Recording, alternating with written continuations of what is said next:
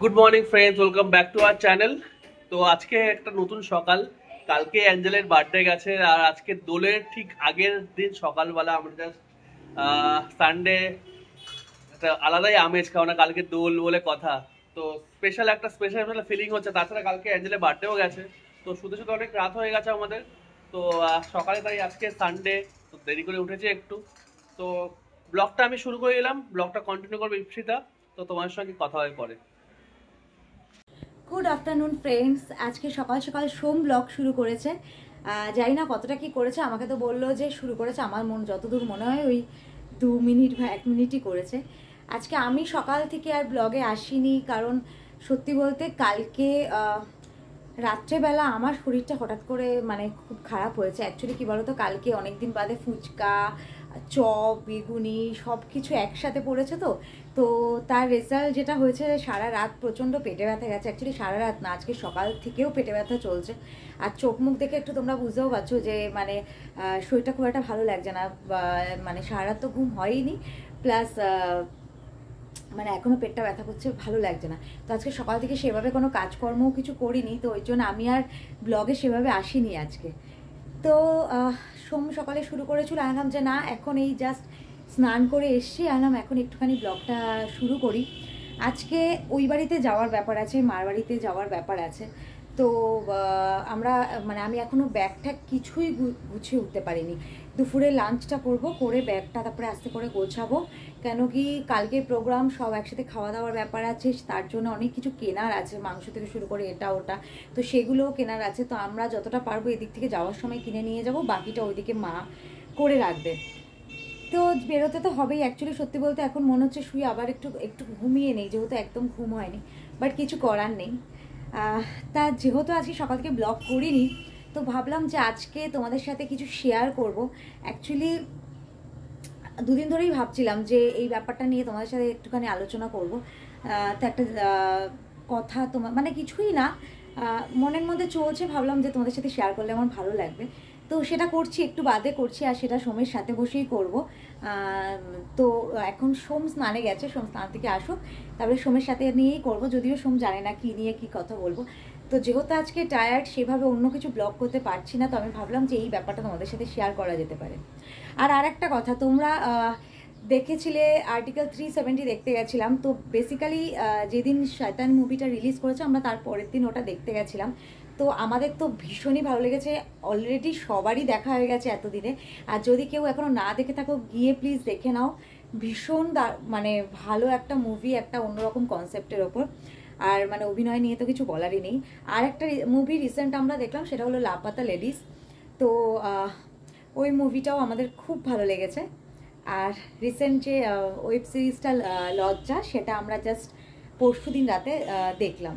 তো যাই হোক, তোমাদের সাথে সোম আসুক, তারপরে বসে একটু কথা বলবো, আর তারপরে বিকালে কি হচ্ছে না হচ্ছে সেটা যেমন যা হবে তোমরা দেখতে পারবে। তো তোমাদের যেটা বলছিলাম যে লজ্জাটা তো ভীষণ ভালো লেগেইছে। অ্যাকচুয়ালি ভালো লাগার রিজন কি বলতো, আমি রিসেন্টলি দেখছি যে হইচইয়ে যে সিরিজগুলো হচ্ছে, তো প্রত্যেকটাই কিছু না কিছু এখনকার যে রিয়েল ঘটনাগুলো সেগুলোকে তুলে ধরছে, কিছু না কিছু মেসেজ দিচ্ছে। তো এটাও একটা বিশাল ভালো মেসেজ দিয়েছে যে সত্যি এখনকার দিনে এখনো অ্যাওয়ারনেসটা তৈরি হয়নি যে এই ভার্বাল অ্যাবিউজ বলো, ভার্বাল তো বাদই দাও, এখনও অ্যাবিউজ হলেও সেটা মেয়েরা শুধু না, ছেলেরাও হয়। বাট সেভাবে আমরা অনেকটাই এরকম করে নিই যে আচ্ছা ঠিক আছে, ওকে চলো, আচ্ছা ঠিক আছে, কোনো ব্যাপার না, রাগের মাথায় হয়ে যাচ্ছে। স্পেশালি এটা করে মেয়েদের দিক থেকে, মেয়েদের দিক থেকে এটা বেশি মেয়েরা কিছু বলতে পারে না, কারণ মেয়েদের মারা হচ্ছে এর মেয়েদের মারা হলে না কিছু বলিস না, কি হবে, চুপ করে থাকতে হয়, অ্যাডজাস্ট করতে হয়, এটা মেয়েদের মাদেরকে চেঞ্জ করতে হবে, তাহলে কিন্তু মেয়েরা সেই শক্তিটা পাবে। বাট আমি তাও বলবো, শুধু মেয়েরা না, অনেক ছেলেদের সাথেও কিন্তু এটা হচ্ছে। এমন না, এখনকার অনেক মেয়েরা আছে যারা এরকম ভাষা বলে না, এরকম ভাবে অ্যাবিউজ করে থাকে। বাট হ্যাঁ, ছেলেদেরটা হাইলাইট বেশি করা হয়। আমার মনে হয় যে দু তরফেই হয়, এবং যার সাথেই হচ্ছে তারই অ্যাটলিস্ট নিজেরটা বোঝা উচিত। সবসময় ডিভোর্স বা আলাদা হওয়াটা বড় কথা নয়, কিন্তু অ্যাটলিস্ট এটা বলা উচিত, স্টপ ইট, এইটুকু জবাব দেওয়া উচিত। আর সেকেন্ড হচ্ছে, প্রিয়াঙ্কা দারুণ অ্যাক্টিং করেছে, অসাধারণ অ্যাক্টিং। না, আর এই সূত্রে তোমাদের সাথে একটা ঘটনা আমি শেয়ার করতে চাই। তার আগে সোম ধরবে, এটা আমার হাতের জন্য আমি বেশিক্ষণ ধরতে পারছি না। তো আমি না এটা দেখতে দেখতে আমি ভাবছিলামই যে তোমাদের সাথে এটা শেয়ার করবো। রিসেন্টলি একটা ঘটনা ভাবলাম তোমাদের সাথে শেয়ার করি। আমাদেরই একজন পরিচিত বা দূর সম্পর্কের রিলেটিভ বলতে পারো, আর আমি এটা জানি যে আমি ব্লগে বলছি, হয়তো তারা আমার ব্লগ দেখেও বুঝেও যাবে। তো অ্যাকচুয়ালি বেসিক্যালি যার কথা বলছি ওই মহিলার হলো 2 ছেলে। তো যিনি বড় ছেলে, সময় ঘটনাটা জানে না, ফার্স্ট টাইম শুনছে। তো তাদের চেনে, আমি পরে বললে বুঝবে। তো যে বড় ছেলে যথারীতি আমার থেকে একটু বড়, তো আমি দাদা হিসেবে রাখি। খুব ভালো, সবসময় আমরা বলতাম যে ভীষণ শান্ত, খুবই ভালো ছেলে। এবং যে যার কথা বলছি মহিলাটি, যাকে আমি মাসি ডেকে থাকি, তো সে হলো প্রচণ্ড ওপেন মাইন্ডেড, প্রচণ্ড মানে এখনকার জেনারেশনকে নিয়ে প্রচণ্ড মানে মিশে যেতে পারে এবং সাপোর্ট করে অনেকগুলো ব্যাপারে। তো সবসময় আমরা বলতাম যে মানে এরকম একজন মানে শাশুড়ি হলে সব মেয়ে খুশি হবে। তো সেই দাদার বিয়ে হয় আজ থেকে 6-7 বছর আগে। যার সাথে বিয়ে হয় যে মেয়েটার সাথে, মেয়েটা অসম্ভব ভালো একটা মেয়ে এবং মানে শান্ত, নম্র, ভদ্র, যাকে বলে এক কথায় ভীষণ ভালো। আমরা মানে সবসময় বলতাম যে ওর মতো বউ হয় না। ইভেন ওই মাসিও বলতো যে এত ভালো বউ, এত ভালো বউ, খুবই ভালো প্রশংসা করতো সবসময়। আর আমরা মানে বৌদিকে বলতাম যে মানে তুমিও খুব লাকি যে মানে দাদা এত শান্ত, এত ভালো, প্লাস এরকম একজন মানে এখনকার দিনের মতো শাশুড়ি পেয়েছো। মানে সত্যি কথা বলতে খুব ভালো ফ্যামিলি ছিল। তো যেটা কথা যে আমরা দেখো কখনো এই ব্যাপারে আমার মা সবসময় শিক্ষা দিয়েছে, কারণ বেবি হচ্ছে না কি কবে হবে এইসব নিয়ে কখনো কাউকে জিজ্ঞেস করা উচিত না, কারণ এটা একমাত্র হাজব্যান্ড এবং ওয়াইফের একটা পার্সোনাল ম্যাটার। এবার কেউ যে তোমাকে জানাচ্ছে, তুমি শুনছো, ঠিক আছে। তো যথারীতি ওদের প্রায় বিয়ের 5 বছর হয়ে গেছিলো। তো বেবি হচ্ছিল না নিচ্ছিল না, আমরা কখনো জিজ্ঞেস করিনি। কিন্তু মাসি অলওয়েজ আমাদের বলতো কি যে ওই বৌদির কথা যে ওর বড় প্রবলেম আছে, আমরা অনেক বড় বড় ডাক্তার দেখাচ্ছি, প্রচুর ইঞ্জেকশন দেওয়া হচ্ছে, এই হচ্ছে ওই হচ্ছে, আদৌ হবে কিনা বুঝতে পারছি না, এখানে ট্রিটমেন্ট করাতে নিচ্ছি, ওখানে নিচ্ছি, এবং মাঝে মাঝে বৌদি খুব অসুস্থ এরকম বলতো। তো আমরা অবভিয়াসলি আমরা চাইতাম যে সব কিছু ভালো হোক, যাতে একটা কিছু হোক, এত কষ্ট করছে। তো সাডেনলি আমরা খবর পাই হঠাৎ করে যে বৌদি প্রেগনেন্ট, এবং প্রেগনেন্ট সেই সময় ওরা মানে প্রেগনেন্ট হওয়ার পরে বাপের বাড়িতে চলে যায়। তো আমরা প্রচণ্ড হ্যাপি ছিলাম যে যাই হোক এত বছর এত কষ্ট করেছে, এত কিছু করেছে, আলটিমেট একটা গুড নিউজ পাওয়া গেছে। কিন্তু যখন মানে তার মেয়ে হয়, যেদিন মেয়ে হয় খবর আমরা পাই মেয়ে হচ্ছে, যখন আমার মা উইশ করার জন্য কলও করেছিল, এবং আমরা তারপরে জানতে পারি মেয়ে হওয়ার ঠিক 1-2 মাস আগে যে দাদা সে তার বউকে ছেড়ে দিয়ে চলে এসছে।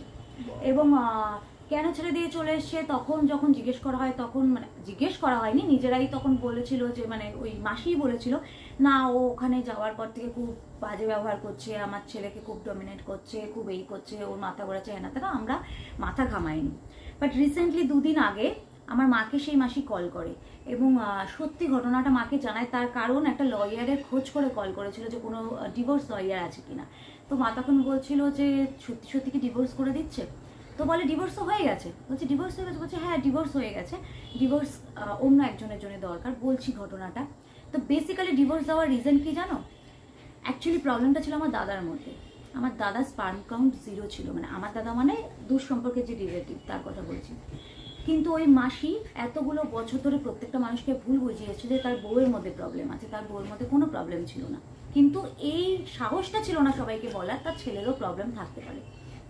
এবং আলটিমেট যখন অবভিয়াসলি এটার যে কোনো ট্রিটমেন্ট নেই, এই শিক্ষিত সমাজের কিছু মানুষ এখনও বোঝে না। এবং ওই মাসিও ভেবেছিল যে ডাক্তার দেখিয়ে দেখিয়ে কোনোভাবে হয়ে যাবে সব কিছু।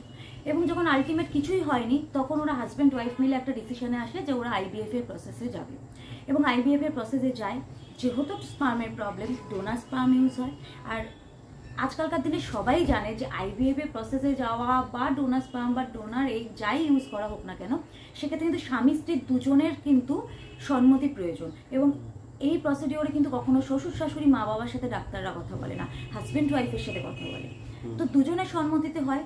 কিন্তু যখন বৌদি প্রেগনেন্ট হয়ে বাপের বাড়ি যায় এবং বাপের বাড়িতেও তাকে পাঠিয়ে দেওয়া হয়েছিল জোর জবরদস্তি, তখন আমার দাদাকে তার মা বোঝায় যে বাচ্চাটা তো তোর নয়, ডোনার স্পার্ম মানে অন্য কারো বাচ্চা, ওই বাচ্চার বাবা কেন তুই হবি? তুই তোর বাচ্চার বাবা নয়, ও মা ওর, মানে বাচ্চাটার মা ও, কিন্তু বাবা অন্য কেউ। এবং তার মাথায় এমনভাবে আমি বলবো না পুশ করে হয়েছে, এবং সে কতটা শিক্ষিত, এত শিক্ষিত হয়ে একটা ভালো জায়গায় চাকরি করে তার মেন্টালিটি এরকম কি করে হয়। বৌদি প্রেগনেন্ট এবং বৌদি ডেলিভারির 1 মাস আগে দাদা জানায় যে ওই বাচ্চা আমার নয়, আমি তোমার সাথে থাকবো না, এবং সে চলে আসে।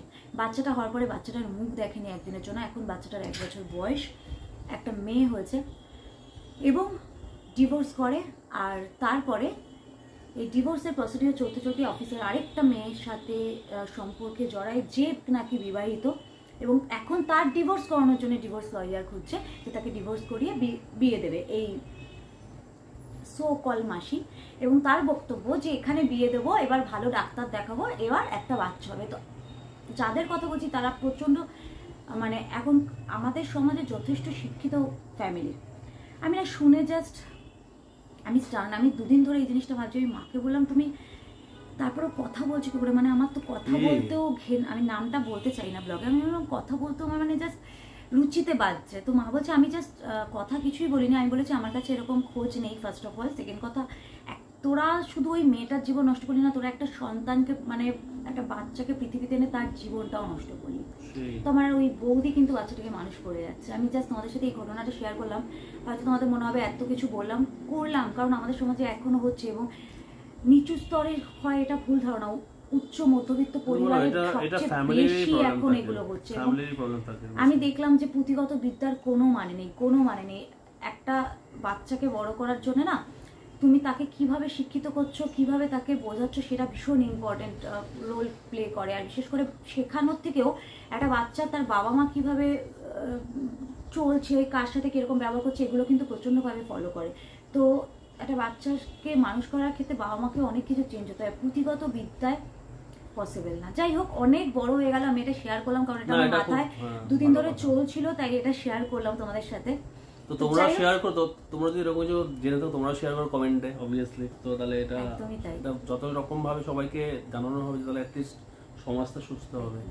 যাই হোক, অনেক বেলা হয়ে গেছে, শুক্লালি আসার টাইম হয়ে গেছে, আমি যাই এবার। আর ভাবছি কফি করবো, একটু কফি খাই, একটু ব্ল্যাক কফি খাওয়া যাক, এই টাইমটা কফি খাওয়া। অনেকক্ষণ হলো সন্তোষপুর এসে গেছি, তো দেখতেই পাচ্ছ রিত বাবাজি আজকালকের জন্য তোড়জোড় করছে। আর এখানে ভূত তো ওকে বানাবো আমি, তো বুঝতেও পারছে না। আর লাস্ট ইয়ার ওকে ভূত বানাতে পারিনি, এবার বানাবো। এদিকে দেখো, কালকের সব তোড়জোড় চলছে এখন। কালকে দোল বলে কথা, কালকে দোলের তোড়জোড়, একদম দোল। আরেকটা বন্ধু বলেছে হোলিকে বেঙ্গলিতে কি বলে, আমি বললাম যে রঙের উৎসব, সে বলল যে না এটাকে দোল বলে। কালকে কিন্তু নাচতে হবে রিত, কালকে নাচবি তো? কেন নাচতে ভালো লাগে না, আমার ইরাদা তোমাকে ভূত বানানো, একদম রঙিন ভূত। এই দেখো সমস্ত চলছে এখানে, খাওয়া দাওয়ার সমস্ত তোড়জোড়। এখানে টমেটো কাটা হচ্ছে, এখানে আবার রসুন ছাড়িয়ে রেখেছে, রসুন আর আদা।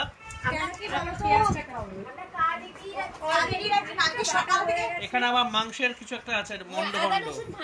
আচ্ছা, অ্যাকচুয়ালি কালকে আমাদের ব্রেকফাস্ট থেকে শুরু হবে, যে সবাই আমরা একসাথে ব্রেকফাস্ট লাঞ্চ সবকিছুই হবে।